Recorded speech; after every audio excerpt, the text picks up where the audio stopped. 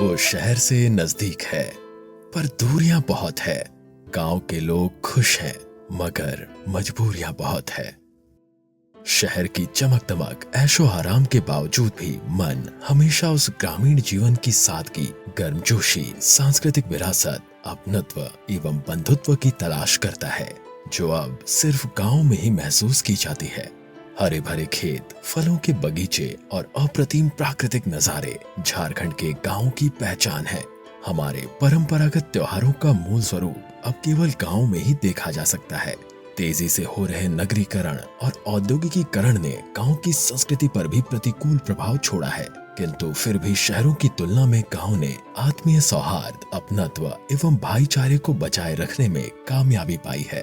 इसमें कोई दो राय नहीं है कि नगरीय जीवन की बजाय ग्रामीण जीवन हर पहलू से बेहतर है, मगर इसका दूसरा पक्ष यह भी है कि आजादी के इतने सालों के बाद भी हमारे ग्रामीण किसान कर्मकार मूलभूत भौतिक सुविधाओं से वंचित हैं। अपनी रोजमर्रा की जरूरतों को पूरा करने के लिए इन्हें हर कदम पर असंख्य चुनौतियों का सामना करना पड़ता है।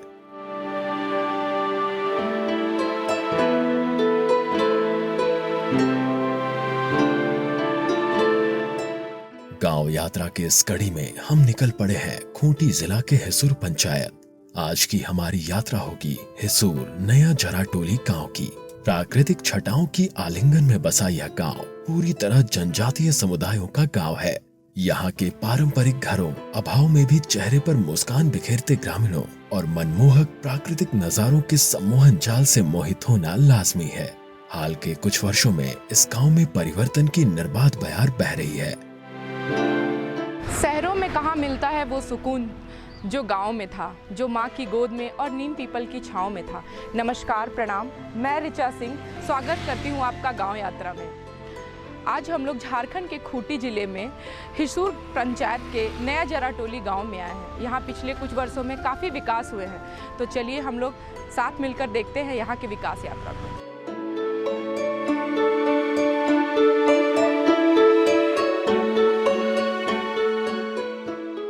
बच्चा हो या फिर बूढ़ा, गांव में हर कोई हुनर की खान होता है, क्योंकि सुविधाओं के अभाव में वहां लोगों को अपने अधिकतर काम खुद ही करने पड़ते हैं। यहाँ के ग्रामीण पूर्ण रूप से खेती पर ही निर्भर करते आए हैं और इनकी खेती पूरी तरह से वर्षा जल पर। नतीजतन ये अपने खेतों से साल में केवल एक ही फसल ले पाते थे। शेष समय रोजगार की तलाश में भटकने एवं पलायन का दंश झेलने को विवश थे। गांव में उपलब्ध खेतों का बड़ा हिस्सा सिंचाई के लिए पानी की अनुपलब्धता की वजह से बंजर हो चुका था। सालों भर कृषि गतिविधियों को बनाए रखने के लिए सिंचाई हेतु जल की उपलब्धता सुनिश्चित करना सर्वोपरि था। हालांकि गांव में एक तालाब तो था, लेकिन वहां से खेतों तक पानी पहुंचाना दुष्कर कार्य था। इसे देखते हुए प्रदान नामक एक एनजीओ के सहयोग से वर्ष 2019-20 में 5 करोड़ 93 लाख की लागत से एक सोलर लिफ्ट सिंचाई प्रणाली स्थापित की गई। सोलर सिंचाई हम लोग को 2019-20 में मिला है।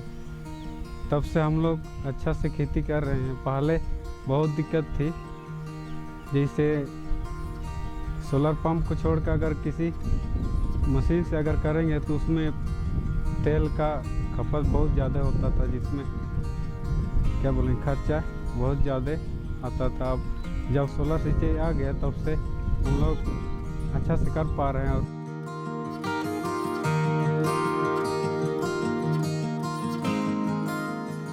झारखंड में किसानों के लिए सबसे बड़ी समस्या रही है खेतों में सिंचाई के लिए पानी की समस्या, जिसको देखते हुए 5,93,000 की लागत से सोलर इरिगेशन पंप स्थापित किया गया है, जो किसानों के लिए वरदान साबित हुआ। इस नवोन्वेषी प्रयास से गांव के किसानों के हौसले को पर लग गए। सौर ऊर्जा से संचालित इस पंप के सहारे विकास की नई इबादत लिखी जाने लगी। जिन बंजर भूमि पर खेती करना कभी ने अकल्पनीय प्रतीत होता था, वहां पूरे साल फसलों की अच्छी एवं गुणवत्तापूर्ण पैदावार होने लगी। अब हर मौसम में इनके खेत विविध फसलों से लहलहाते देखे जा सकते हैं। इस वर्ष केवल तरबूज की खेती से ही प्रत्येक किसान लाखों की आय अर्जित कर चुके हैं।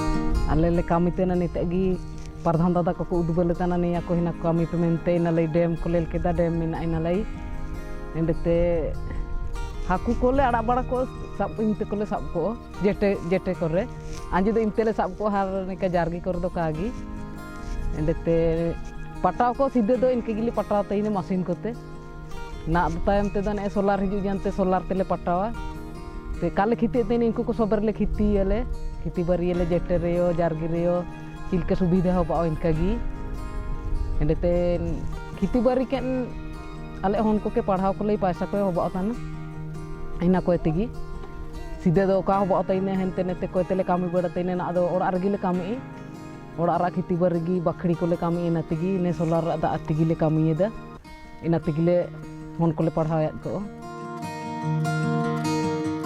पहले तो खाली ही पड़ा रहता था ये ज़मीन सब, लेकिन बरसात में कुछ कुछ खेती होता था, बरसात ऊपर वाला बारिश का पानी में। लेकिन जब से हम लोग को सिंचाई सिलर लगा है तब से हम लोग अच्छा से खेती बाड़ी कर पा रहे हैं 35 परिवार।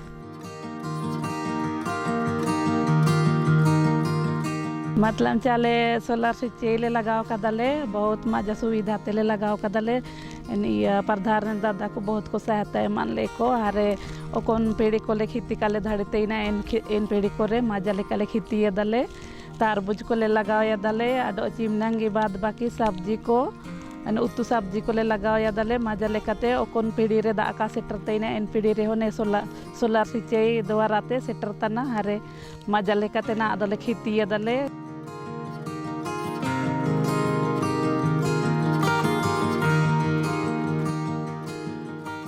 सोलर लिफ्ट इरिगेशन पंप यहाँ के ग्रामीणों के लिए वरदान साबित हो रहा है।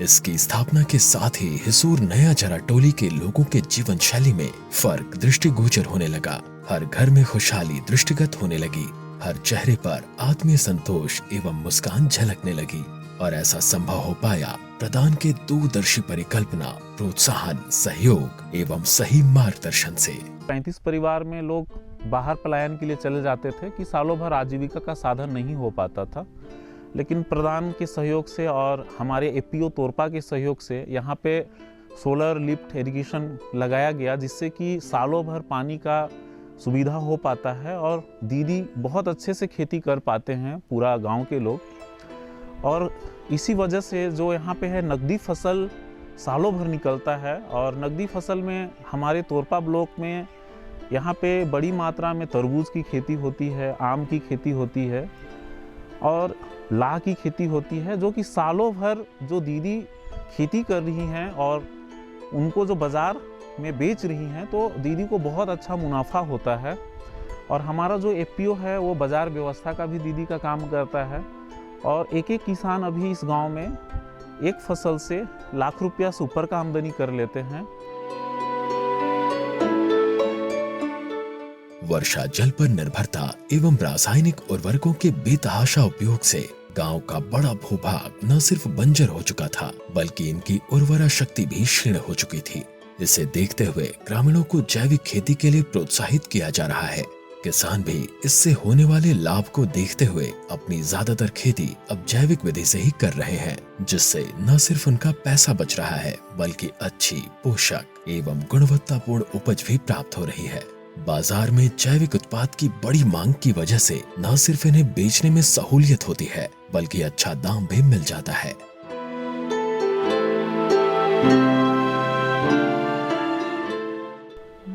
आलू लगाया था, उसके बाद आलू लगाने के बाद अभी बोदी लगाए हैं, फिर नेनुआ भी है, उसके बाद ये ख़त्म होने के बाद फिर अब दोबारा नेनुआ ही लगाएंगे इस सोचे हैं। इसलिए बहुत ही अब थोड़ा बहुत पैसा मिल रहा है, अब तो ऐसा धंधा कर रहे हैं, इस चलते कमाई कुछ हो रहा है। और खाद के बारे में भी अब जैविक खाद का व्यवहार हो रहा है खेत में और उससे अच्छा फसल हो रहा है।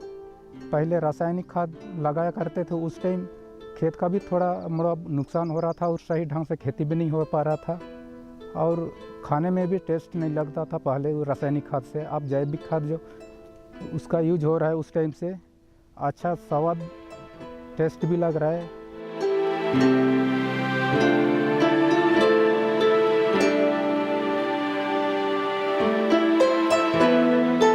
कुछ साल साल पहले तक यहाँ की ज़मीन बंजर हुआ करती थी। यहाँ के किसान पूरे साल खेती के लिए बारिश पर ही निर्भर हुआ करते थे, लेकिन प्रदान संस्था के योगदान से यहाँ के किसान को पूरे साल पानी मिल पा रहा है।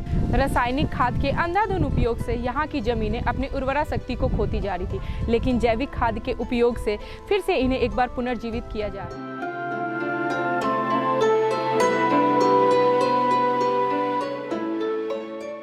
कम जमीन में अधिक खेती करने के लिए हमारे पास एक सबसे सरल तरीका है मचान की खेती, जिसमें हम लोग ऊपर लतर की खेती और नीचे खड़े पौधों की खेती करते हैं, जिसमें नीचे हम बैगन, टमाटर, दूसरे सब्जियों की खेती कर सकते हैं और ऊपर हम लत्ते वाले पौधों की जैसे कद्दू हो गया, खीरा हो गया, करेले, इन सब पौधों की खेती करते हैं, जिसमें थोड़े से जमीन में ज़्यादा पैदावार करके हम लोग दुगना आय की प्राप्ति कर सकते हैं।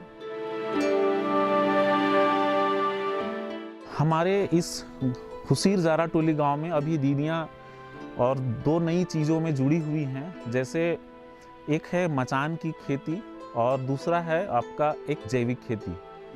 मचान खेती के विषय में मैं बताना चाहूँगा कि क्या है कि मचान खेती में मल्टी लेयर फार्मिंग हो जाती है, जिससे ऊपर में लतर का सब्जी, नीचे में साग सब्जी का सब लग जाता है और अभी का डेट में जो सब्जी निकलता है उसका रेट, मार्केट रेट भी बहुत सुंदर से मिल पाता है। तो एक खेत में 2 तरह का 3 तरह का सब्जियां दीदी निकाल के बेच पा रही हैं। तो ये जो अभी मल्टी लेयर फार्मिंग है, जो मचान की खेती है, वो दीदी रुचि भी दिखा रही है, उससे दीदी को आमदनी भी हो रहा है और एक ही ज़मीन में 2 तरह का सब्जी हम लोग ले सकते हैं, दीदियां ले रही हैं।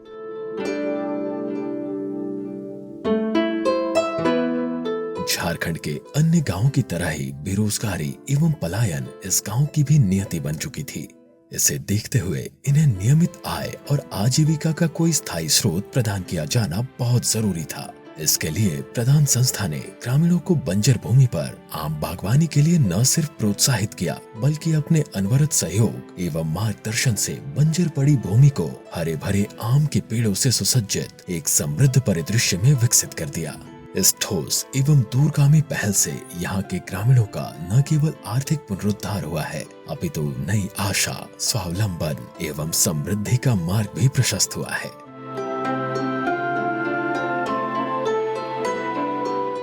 यहाँ अपने खेत में खेती बाड़ी भी करते हैं।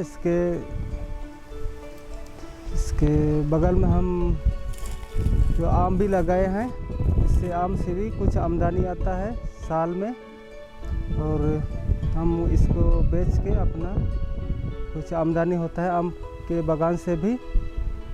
और इस आम के बागान के खेत में भी कुछ और सब्जी उब्जी लगाते हैं और सब्जी उब्जी हमको इसका आमदनी मिलता है। सालाना वही 10-15 हज़ार का हो जाता है।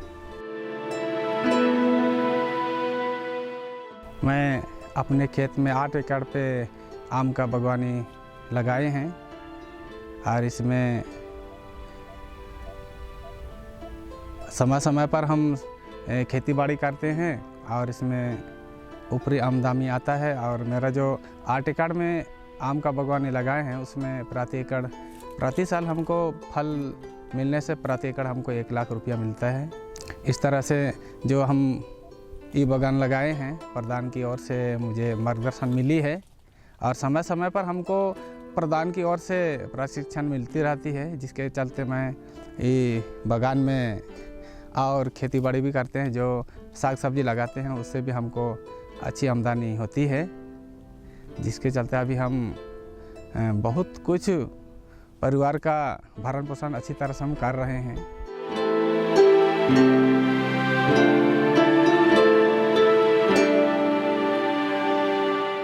यहाँ के किसान आज आम के बागों में खाली पड़े जमीन पर सालों भर विविध फसल एवं साग सब्जियों का उत्पादन करके अच्छी आमदनी भी प्राप्त कर रहे हैं।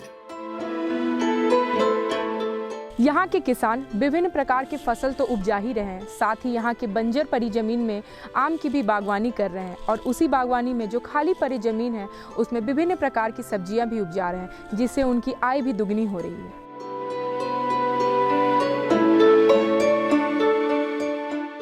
इस गांव में एवं इसके आसपास बेर एवं इमली के पेड़ बहुतायत मात्रा में पाए जाते हैं। इसे देखते हुए प्रधान ने यहाँ के ग्रामीणों को लाह की खेती करने को न सिर्फ प्रेरित किया बल्कि इसके लिए समुचित प्रशिक्षण, सहयोग तथा मार्गदर्शन भी उपलब्ध कराया। आज यहाँ के ग्रामीण बड़ी मात्रा में बेर के पेड़ों पर लाह की खेती करके न सिर्फ अपनी आजीविका का जरिया बढ़ाया है बल्कि अपनी आर्थिकी को भी संवारा है।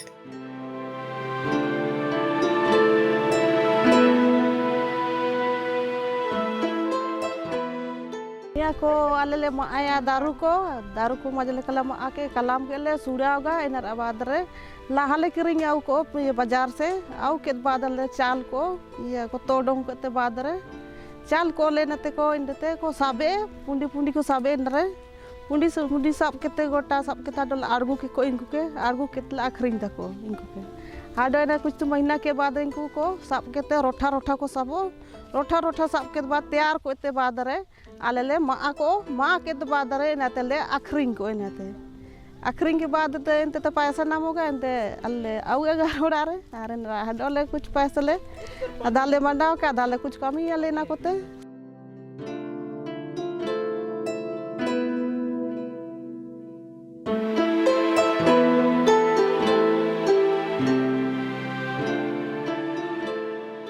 तो लाह का खेती यहाँ पे बहुत बड़े पैमाने पे होता है, जिसको हमारे प्रधान के संस्था के द्वारा और एपीओ के द्वारा दीदी सबको प्रशिक्षण मिलता है, बीज उपलब्ध कराया जाता है, फिर बाजार भी उपलब्ध कराया जाता है। तो कम से कम 500 से 600 रुपये किलो का एक मिनिमम रेट होता है बाज़ार में लाह का, और दीदी उसको बहुत अच्छे से बेचती है और उसका आमदनी बढ़ रहा है। आज के डेट में दीदियाँ बच्चों को अच्छे स्कूल में पढ़ा पा रही हैं, दादा दीदी बहुत खुश से रहते हैं, अपना जीवन स्तर में सुधार हो पाया है।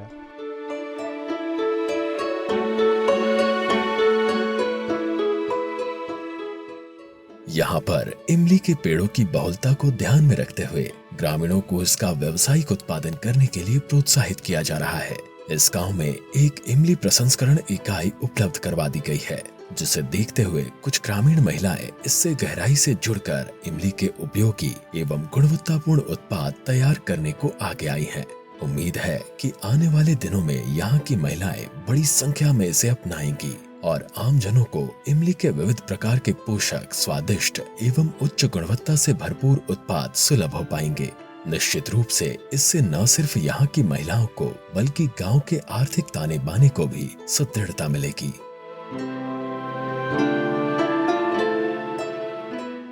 हम लोग को इमली का मशीन मिला है और इमली का मशीन मिला है और हम लोग इमली को फूल बनाने के लिए इमली को खरीद रहे हैं। अपने से तो नहीं है लेकिन दूसरों से खरीद रहे हैं।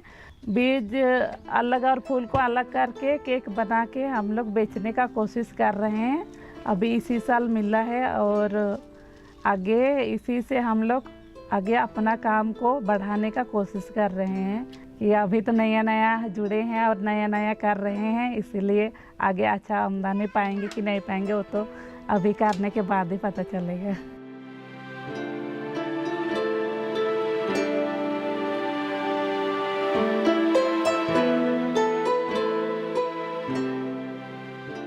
झारखंड में खासकर खूंटी जिले में इमली की अच्छी फसल होती है, लेकिन इसका सही मूल्य किसानों तक नहीं पहुंच पा रहा था।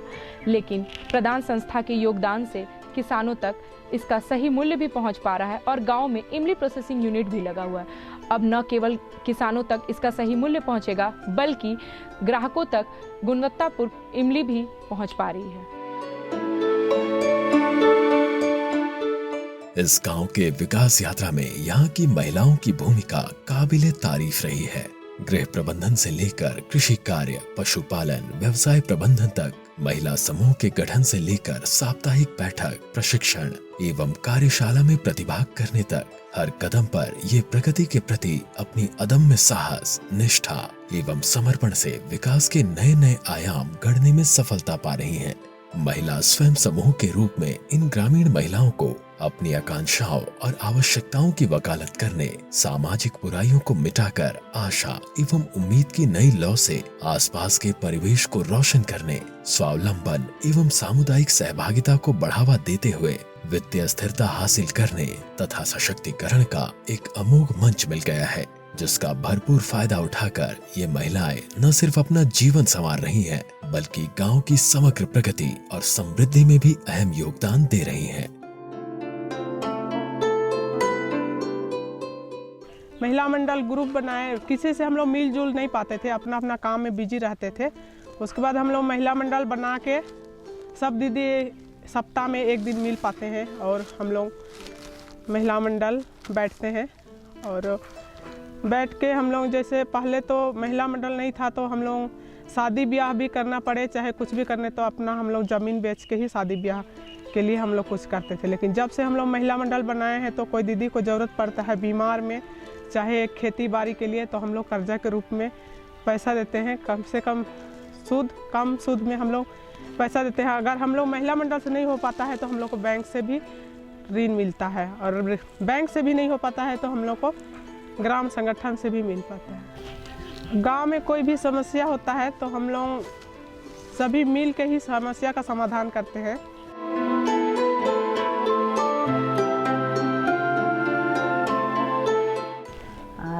Oda bay lay pasa kanya batana garam sangat tangke eman pekerja kan dari tina ina minta aku grup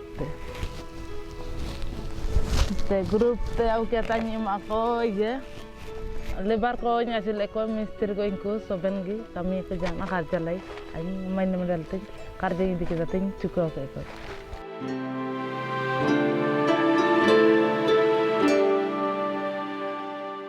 यूं तो विगत कुछ वर्षों में इस गांव में कई सकारात्मक बदलाव आए हैं।